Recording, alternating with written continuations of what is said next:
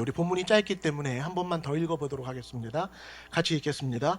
내가 그리스도와 함께 십자가에 못 박혔나니 그런즉 이제는 내가 사는 것이 아니요 오직 내 안에 그리스도께서 사시는 것이라.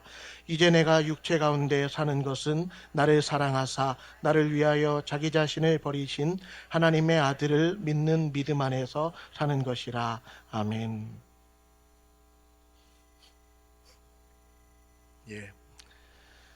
지난주 수요 예배 시에 저는 여러분들과 함께 갈라디아서 2장 20절에 제일 첫 번째 문구를 함께 살펴봤습니다. 갈라디아서 2장 20절이 어떻게 시작합니까? 내가 그리스도와 함께 십자가에 못 박혔나니. 갈라디아서 2장 20절은 내가 십자가에 못 박혔다라는 선언과 함께 시작되고 있습니다. 그런데 헬라어 원문에 따르면 내가 그리스도와 함께 십자가에 못 박혔나니 라는 이 부분이 갈라디아서 2장 20절이 아니라 19절의 제일 마지막 부분에 위치하고 있습니다. 그리고 원문에서는 나는 그리스도와 함께 십자가에 못 박혔습니다 라는 하나의 문장 형태로 되어 있습니다. 그래서 우리 한글로 된 성경 중에서도 공동 번역본이나 표준세 번역본 그리고 쉬운 말 번역본에서는 이 부분을 나는 그리스도와 함께 십자가에 못 박혔습니다 라고 문장으로 번역하고 있습니다. 우리 다 함께 반복해서 두 번 반복해서 읽어보도록 하겠습니다. 같이 읽겠습니다. 나는 그리스도와 함께 십자가에 못 박혔습니다. 나는 그리스도와 함께 십자가에 못 박혔습니다. 네. 사랑하는 성도님 여러분, 우리가 신앙생활을 하면서 성경적인 바른 신앙 고백을 한다는 것이 무엇입니까? 나는 그리스도와 함께 십자가에 못 박혔습니다 라는 이 고백이 진짜로 터져 나오는 것입니다. 우리의 신앙생활은 바로 이 지점에서부터 시작되고 또 이 지점에서 반복되어야만 합니다. 십자가에서 예수님과 함께 못 박혀 죽은 나 자신을 자꾸자꾸 발견할 수 있어야만 합니다. 그리하여 나는 그리스도와 함께 십자가에 못 박혔습니다 라는 이 고백이 참으로 무엇을 뜻하는지 이 고백의 깊은 의미를 우리가 정확하게 헤아릴 수 있어야만 합니다. 십자가는 예수님만 달려 죽으신 것이 아닙니다.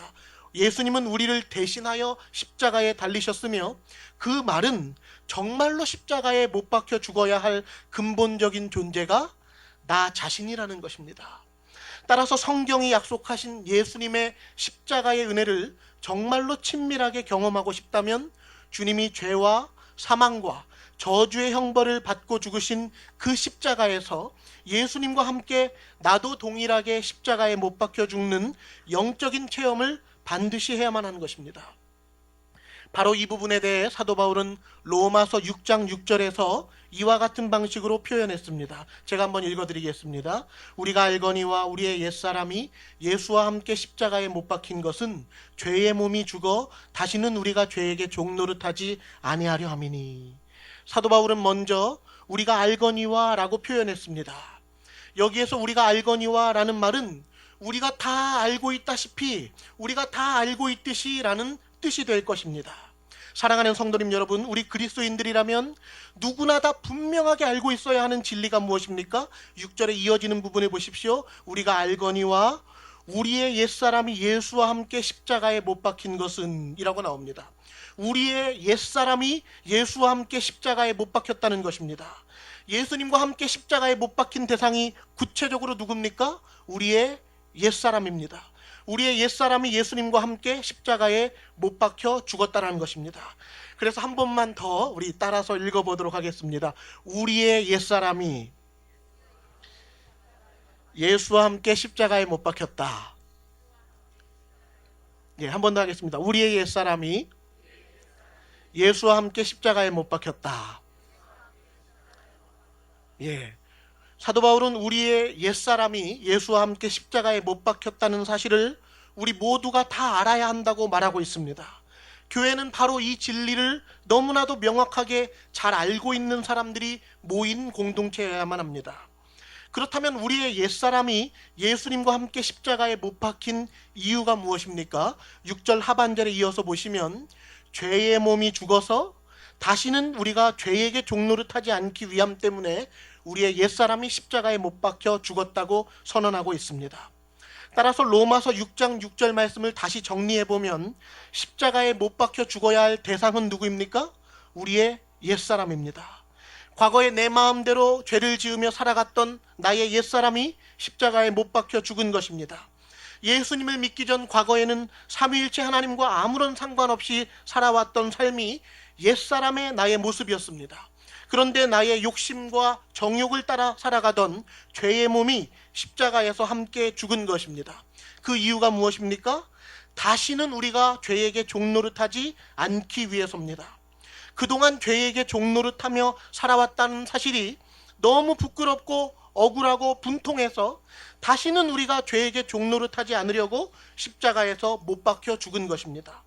따라서 십자가에서 예수님과 함께 죄에 대하여 못 박혀 죽은 사람은 자신이 이제까지 철저히 죄에게 종노릇만 하면서 죄의 노예로 살아왔던 사람이라는 사실을 분명하게 인정하고 고백하는 사람입니다. 예수님과 함께 십자가에 못 박혀 죽은 사람은 십자가에서 죄악된 나의 옛사람, 아주 흉측하고 추악하며 더럽고 교활한 나의 옛사람을 발견한 사람입니다. 그 옛사람이 너무 부끄럽고 또 혐오스러워서 예수님과 함께 십자가에서 죽은 것입니다. 다시는 죄에게 종노릇을 그만하고 싶어서 예수님의 십자가에서 죽은 것입니다.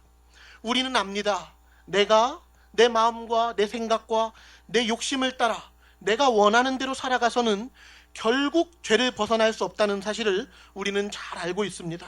그렇기 때문에 더 이상 죄의 노예로 살아가지 않고 싶다면 나의 옛사람이 죽어야만 하는 것입니다.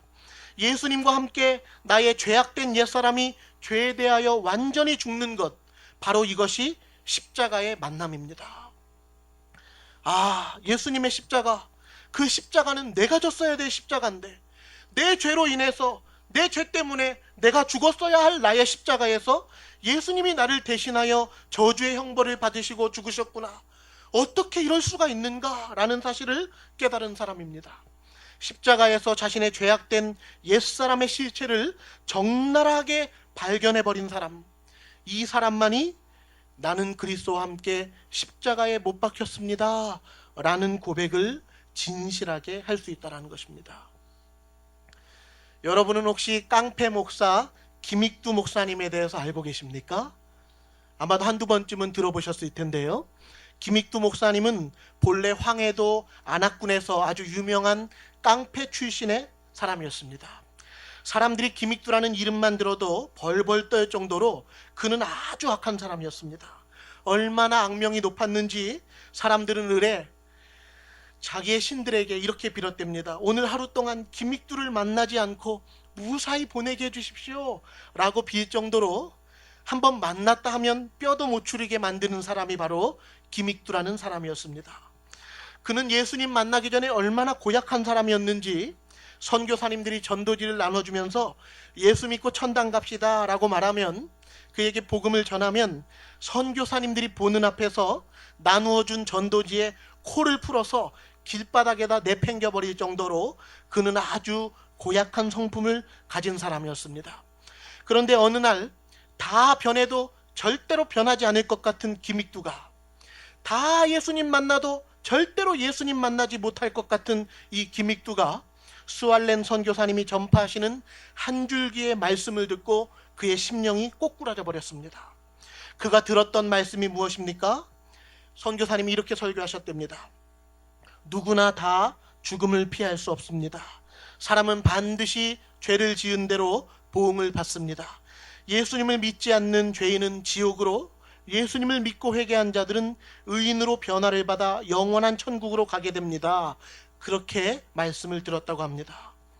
그런데 죄라는 말이 김익두의 가슴에 날카롭게 파고들었던 것입니다. 죄라면 누구보다도 더 많이 지은 사람이 바로 자기 자신이라는 사실을 그는 그 순간에 깨달았던 것입니다. 청년 김익두는 선교사님 앞에 털썩 무릎을 꿇고 하염없이 눈물을 흘리며 참회하였고, 이날을 계기로 예수님을 믿고 죄사함을 받아 구원함에 이르렀습니다. 이제 기독교인이 된 김익두는 자신의 말과 행동을 조심하면서 이전처럼 살고 싶지 않았기 때문에 집에서 계속해서 성경을 수십 독씩이나 독파하면서 말씀과 기도 생활에 전념하기 시작했습니다. 김익두는 예수님을 믿어 전적으로 변화되었지만 아직도 옛날 김익두의 모습만 알고 있던 사람들은 여전히 김익두 만나기를 꺼려했습니다. 에이, 김익두가 어떤 인간인데 깡패 김익두가 어딜 가겠어? 여전히 깡패짓하고 살겠지. 그렇게 악하고 못된 사람이 개과천선을 어떻게 하겠어? 말도 안 돼. 라고 사람들이 의심했다라는 것입니다. 그래서 김익두가 가는 곳마다 여전히 그를 피하여 도망쳤습니다. 그런데 어느 날 김익두가 죽었다는 소문이 들리는 것입니다. 김익두가 죽었다고? 사람들이 그의 부고 소식을 듣고 깜짝 놀랐습니다. 그래서 사람들은 김익두가 정말로 죽었는지를 확인해 보려고 그의 집에 몰려들었습니다. 차라리 잘 죽었어. 이참에 죽어야 그래도 온 동네가 좀 평온하지 않겠어? 이런 마음을 가지고 소문을 들은 사람들이 꽤나 모여들었고 여기저기서 이제 웅성웅성하고 있었습니다. 그런데 김익두의 방에서 누가 나왔을까요? 김익두가 문을 열고 나오는 것입니다. 오, 사람들은 막 두려워서 벌벌 떨었습니다. 김익두가 죽었다는 소문을 듣고 왔는데 하필 그의 눈에 찍혀버렸으니 이제 우리는 꼼짝없이 김익두의 손에 죽게 생겼구나. 사람들은 그렇게 생각했습니다. 그런데 바깥으로 나온 김익두가 뭐라고 하였는지 아십니까? 김익두는 죽었다. 너희가 알던 그 김익두는 죽었다. 성도님 여러분, 이 말이 무슨 말입니까? 김익두는 이제까지 죄악 가운데 살아왔던 옛사람의 죽음을 많은 사람들 앞에서 선언하였던 것입니다. 더 이상 이전처럼 죄 가운데 사는 김익두는 없다. 이제는 예수님을 믿고 새로워진 김익두만 있다는 고백이었습니다. 이처럼 김익두는 예수님을 믿고 극적으로 변했는데요. 여전히 사람들은 에이 설마 무슨 꿍꿍이가 또 있겠지라고 여기면서 계속해서 그를 의심하고 미워할 뿐이었습니다. 또한 평소에 그를 괘씸하게 여겼던 많은 사람들은 이참에 그가 정말로 거룩하게 변화되었는지를 시험해 보려고 이제 여러 가지 박해와 조롱을 일삼았습니다. 네가 김익두라며? 그러면서 김익두의 몸에 구정물을 뿌리기도 했고, 또 어떤 이는 김익두에게 마구 욕하고 또 폭력을 가하면서 이제까지 억울했던 것을 막 갚아주기도 했습니다. 그러나 김익두는 이러한 일들을 당하면서도 뭐라고 말을 했냐면, 옛날에 김익두가 살았다면 당신은 죽었어. 예수는 내가 믿었는데 복은, 구원은 당신이 받는구려 라고 말하면서 그러지 말고 당신도 예수님을 믿고 구원받으시오 라고 말했다고 합니다. 이런 일들이 여러 번 되풀이되고서야 사람들은 김익두가 저렇게 변하는 것을 보니 하나님이 분명히 살아계신 것이 틀림없다라고 여겼고, 이 소문이 여러 지역에 퍼지면서 많은 사람들이 예수님을 영접하게 되었다고 합니다. 주 안에 사랑하는 성도님 여러분, 누가 김익두를 이렇게 바꾸어놓은 것입니까? 예수님의 십자가의 사랑이 김익두의 인생이 180도 달라지도록 역사하신 것입니다. 김익두는 이렇게 말했다고 합니다. 훗날 목사님이 되시고 또 엄청난 부흥사로 전국적으로 쓰임받는 분이 되셨는데, 나는 사복음서를 읽을 때마다 한 번도 울지 않은 적이 없다. 예수님이 십자가를 지고 가는 모습, 그 십자가에 달려 못 박히신 장면을 상상하면 눈물이 앞을 가려 성경 글씨가 눈에 보이지 않는다라고 고백할 정도로 그는 십자가의 은혜를 깊이 체험한 사람이었습니다. 이처럼 십자가에서 예수님과 함께 자신의 죄에 대하여 죽는 이 기적을 체험한 사람은 더 이상 자기 자신이 주인이 되어 살아가기를 원치 않습니다. 김익두는 죽었다. 너희가 알던 옛사람의 김익두는 죽었다 라고 고백하는 것처럼 더 이상 내가 살지 않기를 원한다라는 것입니다. 내가 살아서는 죄를 짓는 것 외에는 할 수 없기 때문에 예수님의 십자가에서 나의 옛사람이 죽는 일을 기꺼이 하게 된다는 것입니다. 바로 그렇게 되어야만 갈라디아서 2장 20절에서 이어지는 말씀으로 넘어갈 수가 있습니다. 이제 오늘은 뒤에 이어지는 말씀을 좀 더 살펴보도록 하겠습니다. 나는 그리스도와 함께 십자가에 못 박혔습니다.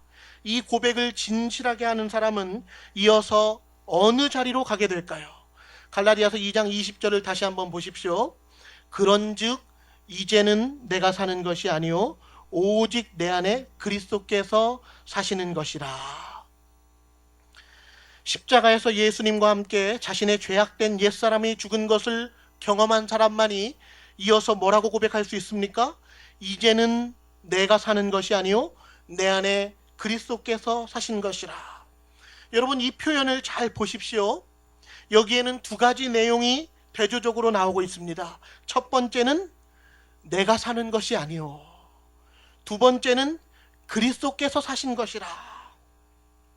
십자가에서 나의 옛사람이 죽은 것을 진실하게 경험한 사람은 이어서 두 가지 고백을 동시적으로 하게 되는데, 이제는 내가 사는 것이 아니요 그리스도께서 사시는 것이라 라고 고백하게 되어 있다는 것입니다.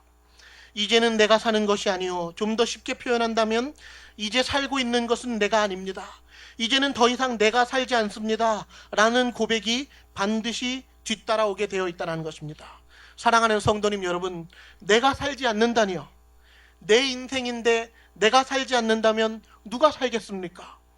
그러나 십자가에서 죽은 것을 경험한 사람은 내 인생인데 내가 사는 것이 아니요 내 안에 계신 그리스도께서 사신 것이라 라고 고백한다라는 것입니다. 내 안에 계시는 그리스도께서 사시는 것입니다. 바로 이 고백을 하는 사람이 진정으로 십자가의 은혜를 체험한 사람이라는 것입니다. 결국 한마디로 간략하게 압축을 한다면 나는 죽고 예수 살고입니다. 저는 중국에서 약 1년 동안 하루에 7시간 정도 성경을 통독하면서 오로지 하나님 말씀을 깊이 탐독하는 시간을 가졌던 적이 있습니다. 그런데 중국에 계신 선교사님은 매일 하루도 빠짐없이 항상 이것을 가르쳤습니다. 나는 죽고 예수 살고, 나는 죽고 예수 살고, 나는 죽고 예수 살고가 복음의 핵심이라는 것입니다. 나는 죽고 예수로 사는 사람이 진짜 그리스도인이라는 것입니다. 따라서 참된 경건 훈련은 단지 내 힘과 능력, 내 마음과 내 의지에 호소해서 신앙생활을 하는 것이 아닙니다. 내 실력에 의지하여서 경건 훈련을 하게 되면 결국에는 또 다른 율법주의로 전락하게 됩니다. 내 힘과 능력으로 착하게, 내 힘과 능력으로 뭔가 업적을 거두려고 안간힘을 쓰면 결국에는 내 힘과 내 능력만 더 커집니다. 그러나 진짜 신앙은 내 힘과 내 능력을 키우는 데 있는 것이 아니라 오히려 정반대로 이제는 내가 사는 것이 아니요 내 안에 그리스도께서 사신 것이라 라고 고백할 수 있어야 된다는 것입니다. 그러므로 진짜 경건은 무엇입니까? 내 안에서 예수님이 사시는 것입니다. 내 안에 예수님이 계십니다 라는 이 고백이 너무나도 자연스럽게 흘러나오는 것입니다. 예수님은 나의 왕으로, 나의 주인으로 내 안에 내주하셨습니다. 하나님의 나라가 내 속사람 안에 임하였고 하나님의 통치가 새롭게 시작된 것입니다. 그렇기 때문에 나는 철저히 무엇에 주목하면서 삽니까? 나의 주인이신 예수님께 순종하기 위해 예수님께 주목합니다. 하루하루 순간순간의 삶 속에서 늘 잊지 않고 가장 먼저 주목하는 분이 누굽니까? 예수님입니다.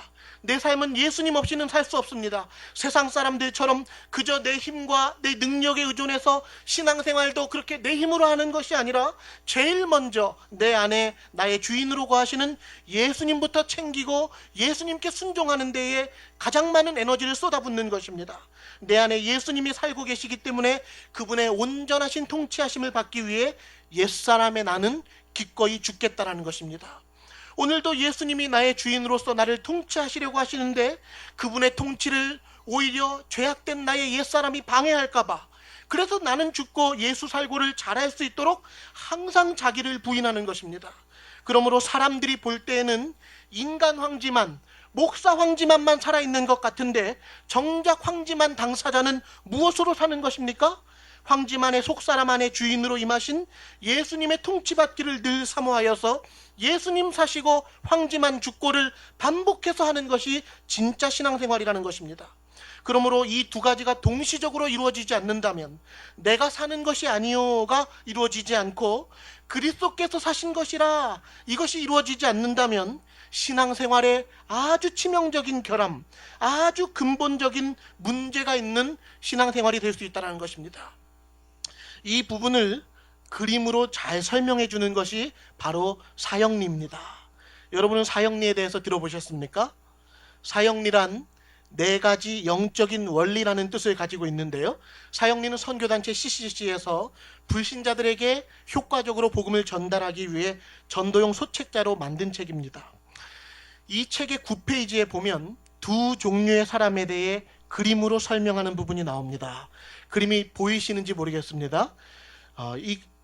이 세상 사람들은 크게 두 부류의 사람으로 나눌 수 있답니다. 어떻게 분류할 수 있을까요? 하나는 위에 보시면 내가 나의 주인인 사람, 그리고 다른 하나는 아래 보시면 예수 그리스도가 나의 주인인 사람. 사형리의 9페이지에 나와 있습니다. 이 두 사람은 서로 뭐가 다릅니까? 뭐가 달라요? 주인이 다릅니다. 주인이 달라요. 하나는 내가 나의 주인이 되어서 사는 사람이고, 다른 하나는 예수님이 나의 주인이 돼서 사는 사람입니다. 이 둘 중에서 그리스도인의 삶을 보여주는 것이 어느 것이겠습니까? 당연히 예수님이 나의 주인이 되어 사는 사람입니다. 이 시간에는 구체적으로 그림 설명을 하지는 않겠습니다. 중요한 사실은 내가 나의 주인인 사람이 있고 예수 그리스도가 나의 주인인 사람이 있다는 것입니다. 내가 나의 주인인 사람은 내 인생이 정말로 내 것인 줄로 착각하고 산다는 것입니다. 내 인생이 나의 것이라고 생각하기 때문에 내가 주인이 되어서 사는 것입니다. 그러나 예수 그리스도가 나의 주인인 사람의 특징은 무엇입니까?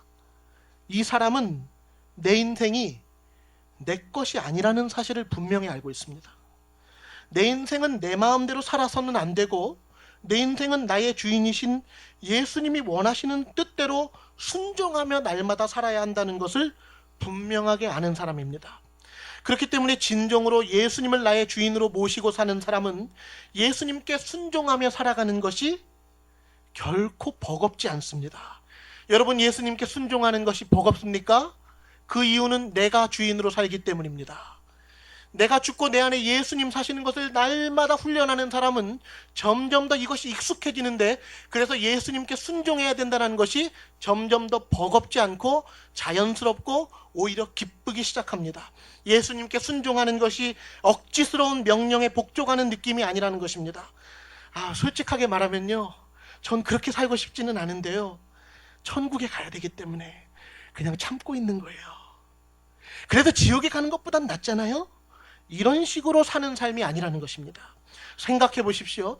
전지하시고 전능하신 능력의 하나님, 거룩하시고 자비로우신 하나님, 이분이 바로 예수님이신데, 이 예수님이 나의 구원자로서 내 안에 주인으로 임하셨으니 이 사실이 얼마나 감사하고 기뻐해야 되겠습니까?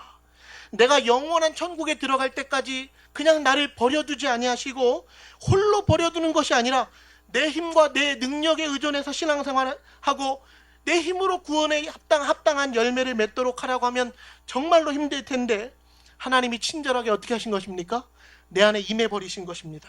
그분이 내 안에 친히 들어오셔서 정말로 내 삶을 아주 구체적으로 통치해 주시겠다고 하시니, 정말 견인차가 고장난 차를 이끌고 가는 것처럼 예수님께서 성도인 우리를 천국에 들어갈 때까지 확실히 견인해 주는 것이 아니겠습니까? 우리의 인생은 참으로 나이를 먹을수록 오히려 걱정해야 될 일이 더더욱 많고, 어디에서 어떻게 튀어나올지 모르는 온갖 변수와 불안한 문제들이 엄청나게 많은데, 이 모든 것을 내 안에 주인으로 계신 예수님께서 직접 통치해 주시겠다고 하시니까 나는 정말 아무것도 염려할 필요가 없고, 그저 누구만, 예수님 한 분만 우직하게 바라보고 가면 모든 것이 다 되는 이 삶을 우리에게 허락해 주셨다는 것입니다. 예수님을 의지하게만 하면 되니 믿음으로 사는 길은 아주 쉽고 단순한 것입니다.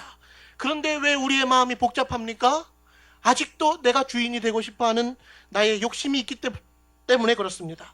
따라서 예수님을 주인으로 모시고 사는 사람의 특징은 예수님을 기꺼이 높여드리고 나는 종의 위치에서 순종하며 살아가는 삶을 점점 더 즐기게 되고 점점 더 편안하게 여기게 된다는 것입니다.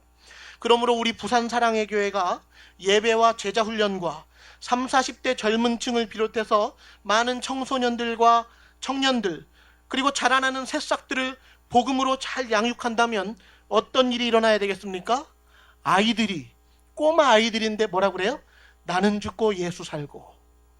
엄마 아빠 인생 한 수로 사는데요, 나는 죽고 예수 살고, 예수님 사시면 끝납니다.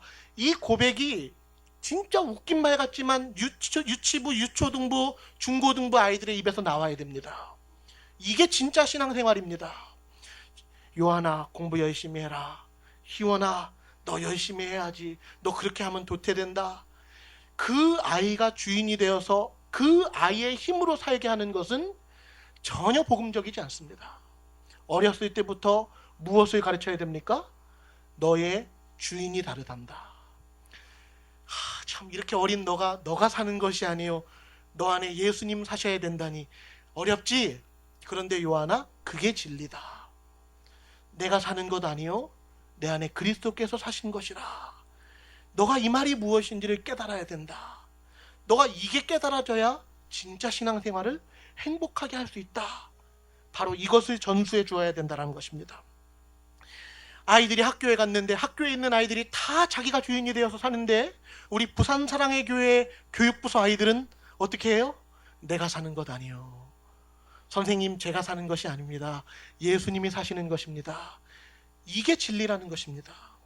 틀림없이 중요한 사실은 예수님을 주인으로 모시는 법을 점점 더 배워가는 사람, 나는 철저히 종의 위치에서 순종하는 법을 점점 더 자연스럽게 하는 사람이 성경이 말씀하시는 십자가 은혜의 사람이라는 것입니다.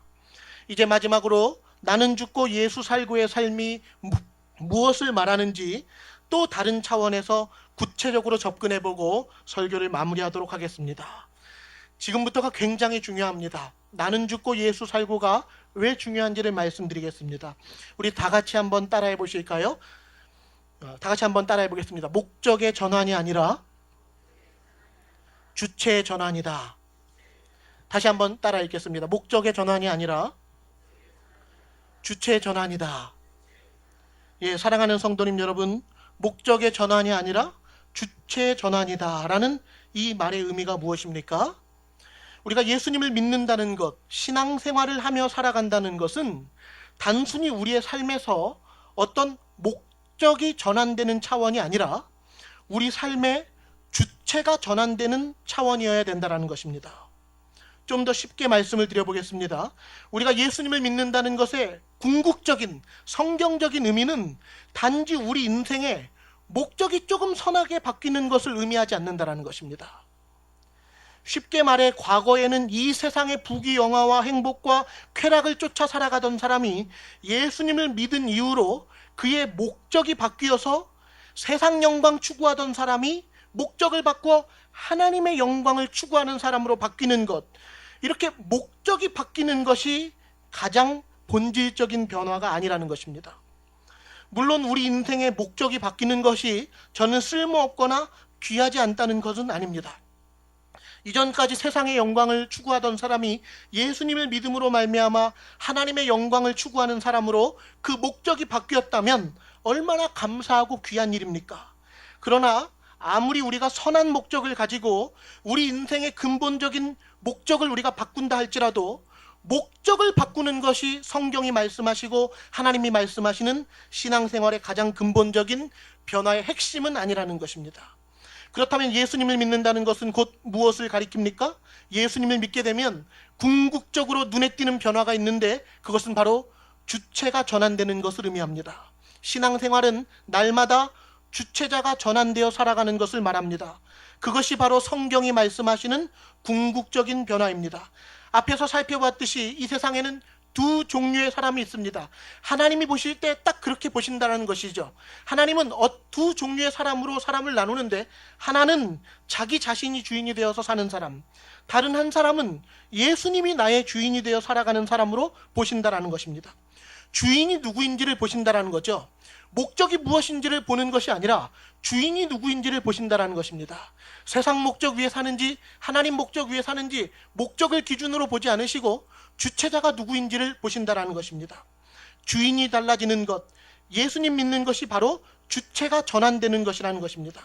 성경적으로 예수님을 믿는 신앙의 가장 근본적인 변화는 과거에는 내가 주인이 되어 살아가던 사람이 예수님을 믿은 이후로는 예수님이 내 안에서 주인이 되어 사시고 나는 예수님의 종으로서 기꺼이 주인 되신 예수님을 따르고 순종하는 사람으로 바뀐 것이라는 것입니다. 새로운 주인을 모시는 것, 예수님이 내 인생의 새로운 주인으로 등극하시고 이전까지 주인으로 살았던 내가 종의 자리로 기꺼이 내려오는 것, 이것이 바로 예수님을 믿는다는 것의 가장 정확하고 실제적인 표현입니다. 이제 말씀을 마무리하겠습니다. 오늘 말씀의 결론은 무엇입니까? 예수님을 믿는다는 것은 우리 인생에서 주체자가 바뀌는 것을 의미한다는 것입니다. 주체의 전환이 일어나는 것입니다. 과거에는 내 마음, 내 생각, 내 계획, 내 열심, 내가 바라는 내 꿈, 내가 원하는 우리 가정의 이상향, 내 자식들이 이렇게 돼야 된다라는 나의 어떤 그림, 다 내가 주인이 되어서 계획해놓고 그것을 따라 살았습니다. 그런데 예수님을 믿는 순간 뭐가 달라집니까? 나는 죽었기 때문에 예수님이 주인 되셔서 내가 어떻게 그분께 순종해 드려야 될까? 그것을 염려하는 인생으로 바뀌게 된다는 것이죠.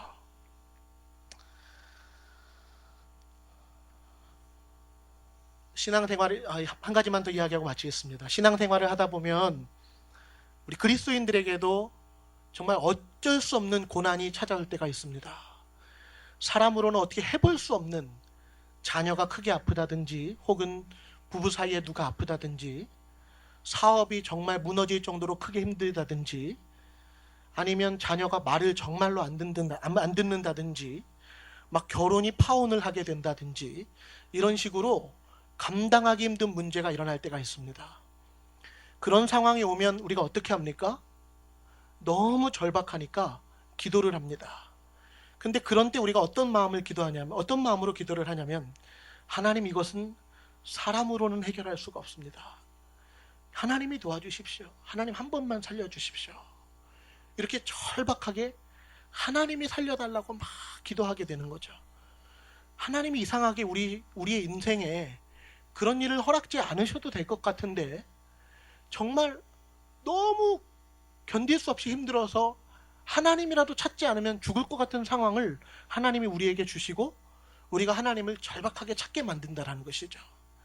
사실은 우리의 신앙생활에, 우리의 인생에 그런 일이 왜 일어나냐면 바로 그것을 통해서 주체가 전환되는 법을 가르쳐 주려고 하시기 때문에 그렇습니다. 우리는 웬만한 일이 아니면 주인을 바꾸지 않습니다. 정말 내 힘으로는 어떻게 해볼 수 없는 일이 일어나야 그제야 주체를 바꾸어서 하나님이 이 일을 해결해 달라고 기도합니다. 그런데 하나님은 바로 그 상황을 통해서 우리가 무엇을 배우기를 원하시냐면 주체자가 바뀌는 것을, 그 경험을 통해서 배우기를 원하시는 것입니다. 그런데 어리석은 우리는 그 일을 통해서 문제가 해결되면 기도 응답됐다고 막 알리면서 다시 내가 주인이 되어서 삽니다. 그러면 주체 전환이 일어나게 하시려고 허락하신 일을 우리는 목적이 달성되었다고 기뻐하고 끝나는 수준으로 맞춰버릴 수 있다는 것입니다. 사랑하는 성도님 여러분, 왜 목적의 전환이 아니라 주체의 전환인지 아십니까? 한번 생각해 보십시오. 제 안에 예수님이 계신데 보이시죠? 옛날에 드라마 이런 거 있잖아요. 내 안에 너 있다. 뭐 이런 드라마 있었죠. 우리 그리스도인은 내 안에 예수님이 있다. 이렇게 고백할 수 있어야 됩니다. 제 안에 예수님이 계신데 잘 보세요. 주체가 전환이 돼서 진짜 제가 죽고 제 안에 예수님이 사시면, 예수님이 진짜 통치하시는 대로 제가 정말 산다면, 제가 예수님은 주인으로 모시면서 목적은 제 목적대로 살겠습니까? 그럴 수가 없습니다. 주체의 전환이 일어나면 목적의 전환은 반드시 뒤따라 일어납니다. 그런데 신앙생활이 단순히 목적의 전환인 걸로 생각을 하면 우리가 분명히 예수님께 영광 돌리기 위한 목적을 분명히 가지고 있어요. 꽤 노력을 합니다. 그런데 동시에 뭘 가지고 있습니까? 예수님과 상관없는 나의 목적이 또 다른 한편에 있다는 것이죠. 그래서 평상시에는 뭘로 살아요? 내 목적을 위해서 살아요. 어려운 일 빵 터지면 예수님 목적 위해 살아요. 다시 해결해 주시면 또 내 목적으로 살아요. 그래서 목적이 전환되면 진짜 예수님이 주인 되실 수가 없습니다. 신앙생활은 목적의 전환이 아니라 주체가 전환돼야 됩니다. 어린 아이들 어렸을 때부터 주체가 전환된 법을 가르쳐 줘야 된다는 것입니다. 올 한 해 우리 교회의 표어가 작은 예수가 되는 것입니다. 여러분, 작은 예수가 어떻게 되겠습니까? 내가 살아서는 작은 예수가 될 수 없습니다.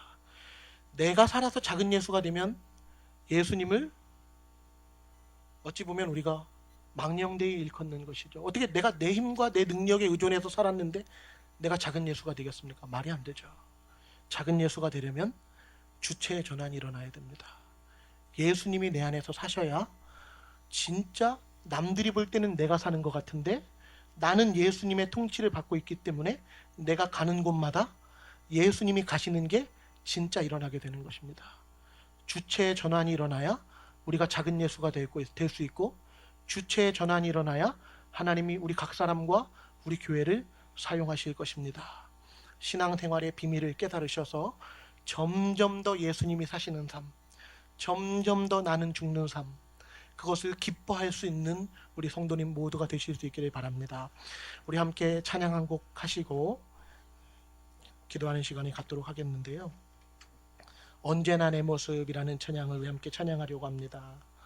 찬양의 가사를 보시면 언제나 내 모습 너무나 부끄러워 무릎으로 주님께 기도로 가오니, 내 모습을 내가 보면 너무나도 부끄러워서 항상 무릎으로 주님께 기도로 갈 수밖에 없다고 이 찬양의 저자가 고백하고 있습니다. 내 모습을 보면, 그런데 동시에 이 후렴의 가사에 보시면 나 홀로 서 있는 죽은 내 영 깨우사 주님만 나를 세워 내 영 살게 하소서. 이어서 보시면 주님 내 안에, 주님 내 안에, 내 안에 계시고 주님 내 안에, 주님 내 안에 나를 세워 주소서. 동시에 내 안에 누가 계신다라는 것입니까? 주님이 계신다라는 것입니다. 그래서 내가 내 모습을 바라보면 언제나 부끄럽지만 내 모습을 바라보는데 에너지를 쏟지 않고 오히려 주님을 바라보는 것이 진짜 신앙생활이라고 말씀하고 있습니다. 오늘도 이 찬양을 함께 부르시면서 내 안에 계신 예수님께 우리 각자가 주목해 볼 수 있기를 바랍니다.